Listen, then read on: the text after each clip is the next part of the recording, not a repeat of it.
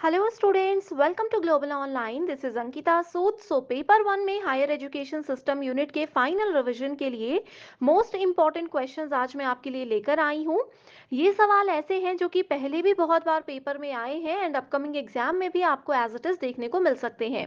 हर एक क्वेश्चन के आंसर्स के साथ आपको इंपॉर्टेंट एक्सप्लेनेशन भी दूंगी ताकि आसानी से स्टूडेंट्स आपके सारे कॉन्सेप्ट्स भी क्लियर होते रहें। तो चलिए फिर इसी के साथ सेशन को शुरू करते हैं। स्टूडेंट्स, पेपर वन में आपको हेल्प करने के लिए कंप्लीट कोर्स में लेकर आई हूँ, जहां पर आपको डेली 2 से 3 लाइव लेक्चर्स के साथ 100% सिलेबस कवर करवाने की श्योरिटी दी जाती है। इसके साथ ही आपको एक स्पेशल व्हाट्सएप ग्रुप में भी ऐड किया जाएगा, जिसमें कि आप अपने टीचर से सारे डाउट्स क्लियर कर सकते हो और आपको हर क्लास के बाद पीडीएफ भी मिल जाएगी, जिससे आपके नोट्स बनाने का समय बचेगा।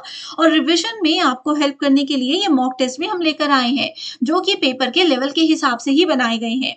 ये एक ऐसा कोर्स है स्टूडेंट जो कि कम समय में पेपर वन में 100 में से आपको 80 प्लस स्कोर करने में मदद करेगा। तो आप सभी को फ्री वीडियोस भी देखनी है तो ग्लोबल ऑनलाइन ऐप को डाउनलोड करिए। स्टोर सेक्शन पर सर्च बार में आपको लिखना है कोर्स का नाम। जैसे ही आप कंटेंट पर जाएंगे तो देखेंगे कंप्लीट कोर्सेज आपके सामने हैं। Unit wise and full syllabus mock test हम आपको देते हैं, जहां पर स्टूडेंट्स आपको यूनिट वाइज हम थियरी लेक्चर्स, पीडीएफ सब कुछ प्रोवाइड करवाएंगे, जो कि आपको पेपर में रिविजन करने में बहुत ज्यादा हेल्प करता है। आपके स्टेट्स के अलावा अदर स्टेट्स के पीवाईक्यूज भी आपको जरूर पढ़ने चाहिए, जो कि हम आपको इस कोर्स में प्रोवाइड करवाते हैं। यहाँ से आपको पता चलेगा कि अपकमिंग एग्जामिनेशन का क्या लेवल हो सकता है और किस टॉपिक में से कैसे सवाल पूछे जा सकते हैं। तो इसी के साथ ये नंबर्स पर कॉन्टैक्ट करके आप पूरी जानकारी ले सकते हो। The first open university in India was established in which year? So Bharat की प्रथम ओपन विश्वविद्यालय की स्थापना कब हुई थी, ये इसमें पूछा गया है। ऑप्शंस हैं 1980, 1982, 1985 या फिर 1986। तो देखिए, आपको ये भी पता होना चाहिए कि फर्स्ट ओपन यूनिवर्सिटी है कौन सी। तो इसका नाम है doctor B R Ambedkar open university. Doctor B R Ambedkar open university, and इसको एस्टैब्लिश किया गया था 1982 में। तो सही आंसर है ऑप्शन नंबर 2।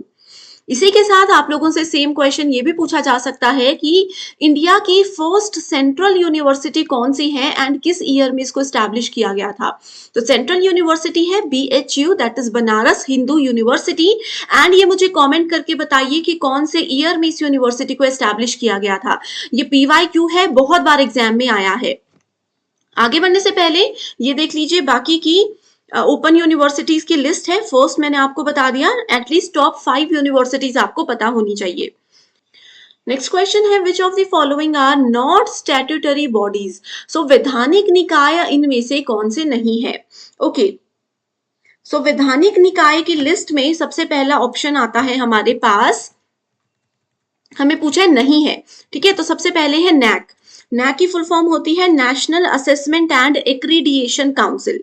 ये हमारा एक स्टैट्यूटरी बॉडी नहीं है, ठीक है। तो ए वाला ऑप्शन आपका सही हो जाएगा। सेकंड ऑप्शन है एनएमसी। एनएमसी का मतलब क्या होता है? एनएमसी का मतलब है नेशनल मेडिकल कमीशन।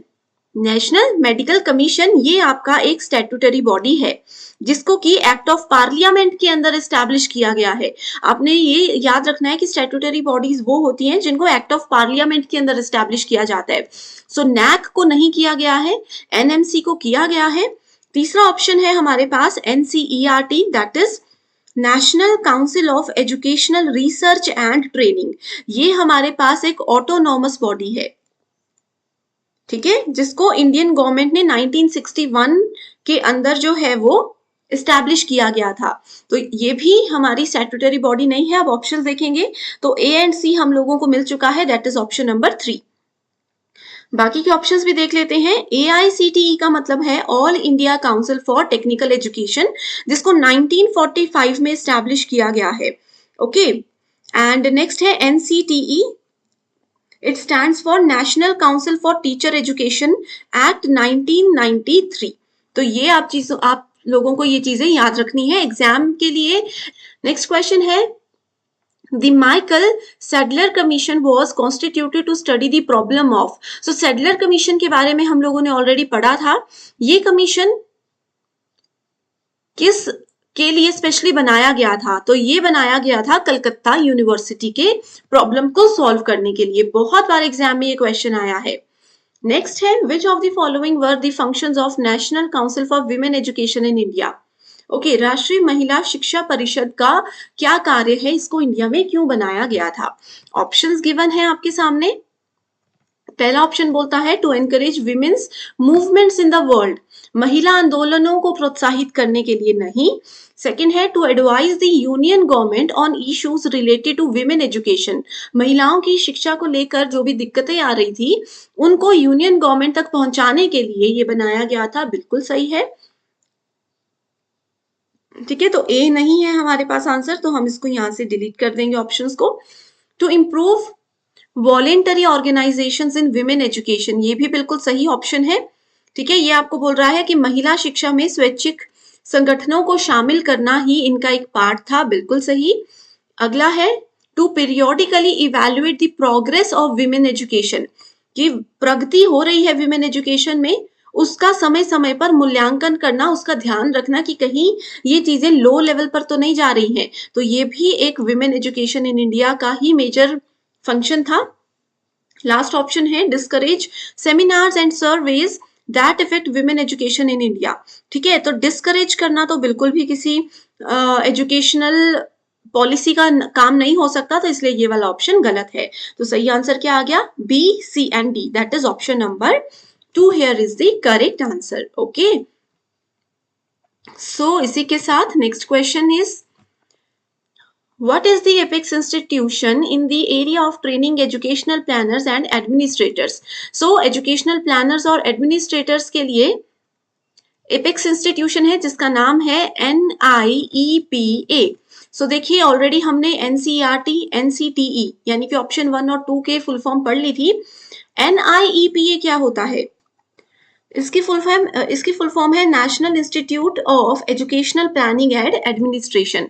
यही चीज है जो एज इट इज आपसे क्वेश्चन में पूछी गई है। Next question, in 2023 which of the following has been ranked by best college in the country as per NIRF, that is National Institutional Ranking Framework। so last NIRF का data 2023 में आया था जिसके हिसाब से कंट्री का बेस्ट कॉलेज बना था मिरंदा हाउस दिल्ली। 2018 में भी यही कॉलेज था और सेम क्वेश्चन पूछा गया था। ठीक है, अब देखिए स्टूडेंट्स, NIRF क्या करता है, इंडिया के जितने भी कॉलेजेस हैं यूनिवर्सिटीज हैं उनको हर साल रैंक देता है। अब जैसे यहाँ पर कॉलेज है, वैसे ही आपसे पूछा जा सकता है कि लास्ट ईयर मैनेजमेंट की टॉप यूनिवर्सिटी कौन सी थी, इंजीनियरिंग की टॉप यूनिवर्सिटी कौन सी थी, या फिर ओवरऑल कैटेगरी की टॉप यूनिवर्सिटी कौन सी थी। तो ये चीजें आपको पढ़ना जरूरी है एंड उसकी लिस्ट ऑलरेडी मैं अपने टेलीग्राम ग्रुप में शेयर कर चुकी हूँ। अभी मैंने आपको लिंक बताया, नाम बताया, ज्वाइन कीजिए और वहां से देख लीजिए, आपको यहाँ वहां भटकने की जरूरत नहीं पड़ेगी। The country which has the highest number of higher educational institute is what? So सबसे ज्यादा हायर एजुकेशनल इंस्टीट्यूशंस इंडिया में ही हैं, तो सही आंसर है ऑप्शन नंबर 1। नेक्स्ट क्वेश्चन है according to UGC regulation 2018 for prevention of plagiarism. Okay, so देखिए साहित्यिक चोरी के ऊपर यूजीसी ने 2018 में एक पॉलिसी बनाई है, एक रेगुलेशन बनाया है जिसका नाम ही UGC regulation 2018 for prevention of plagiarism है। ओके, इसमें बोला है कि which among the following similarities would constitute level 3 plagiarism। इसमें डिफरेंट लेवल्स बताए गए हैं प्लेजरिज्म के। सो आपसे पूछा गया है कि लेवल 3 प्लेजरिज्म के क्या क्या परसेंटेजेस हैं। सो इसकी सही परसेंटेज आपके सामने है 63% एंड 71%। सो इसमें डिफरेंट लेवल्स ऑफ प्लेजरिज्म है, उनको आप लोगों ने पढ़ लेना है। ओके, अगर वो चीजें नहीं पढ़ी है तो मुझे कमेंट करके बता दीजिए, उस पर एक ऑलरेडी वीडियो है, मैं उसका लिंक आपको दे दूंगी।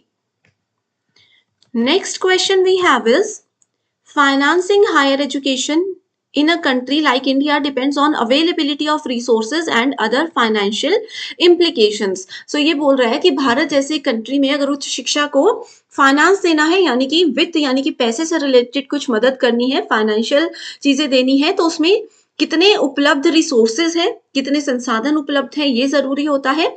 और अन्य फाइनेंशियल इम्प्लीकेशंस यानी कि अन्य वित्तीय निहितार्थों पर ये सब चीजें निर्भर करती है कि कितना फाइनेंस उनको देना है। तो ये स्टेटमेंट बिल्कुल सही है। स्टेटमेंट 2 बोलती है according to NEP 2020 funding and financing of higher education will be carried out by second vertical of higher education, that is higher education grant commission. तो हम लोगों ने पढ़ा था कि यूजीसी को बदल दिया जा रहा है कमीशन से, higher education council, higher education commission of India से, जिसके अंदर 4 वर्टिकल्स हैं। तो इसको स्टेटमेंट में बोला जा रहा है कि HECI के अंदर जो सेकंड वर्टिकल है ग्रांट काउंसिल, इसकी रिस्पॉन्सिबिलिटी है हायर एजुकेशनल इंस्टीट्यूशंस को फंड्स प्रोवाइड करवाना। तो क्या ये सही है? बिल्कुल सही है। तो इसलिए both the statements are absolutely true. Next question, very very important. Arrange the following universities in chronological order of their establishment year. So देखिए, हर एक यूनिवर्सिटी कब बनी थी, किस चीज के लिए फेमस थी, सेंट्रल है, स्टेट है, प्राइवेट है, डीम्ड है, किस कैटेगरी के अंदर आती है, ये आपको पता होना चाहिए क्योंकि ऐसे क्वेश्चंस आते हैं। तो क्रोनोलॉजिकल ऑर्डर में आपको देखना है, सबसे पहले यूनिवर्सिटी ऑफ इलाहाबाद आया था। ठीक है, सबसे पहले यूनिवर्सिटी ऑफ इलाहाबाद, तो यहीं से आपको आंसर मिल गया। ठीक है, university of Allahabad. Then we have 1916 में, मैंने अभी बताया, Banaras Hindu university. Then we have तीसरे नंबर पे university of Delhi and fourth number पे जवाहरलाल नेहरू यूनिवर्सिटी। इनके ईयर ऑफ एस्टैब्लिशमेंट जो है वो भी मैं आपको बताती हूँ। जवाहरलाल नेहरू यूनिवर्सिटी को 1969 में एस्टैब्लिश किया गया था।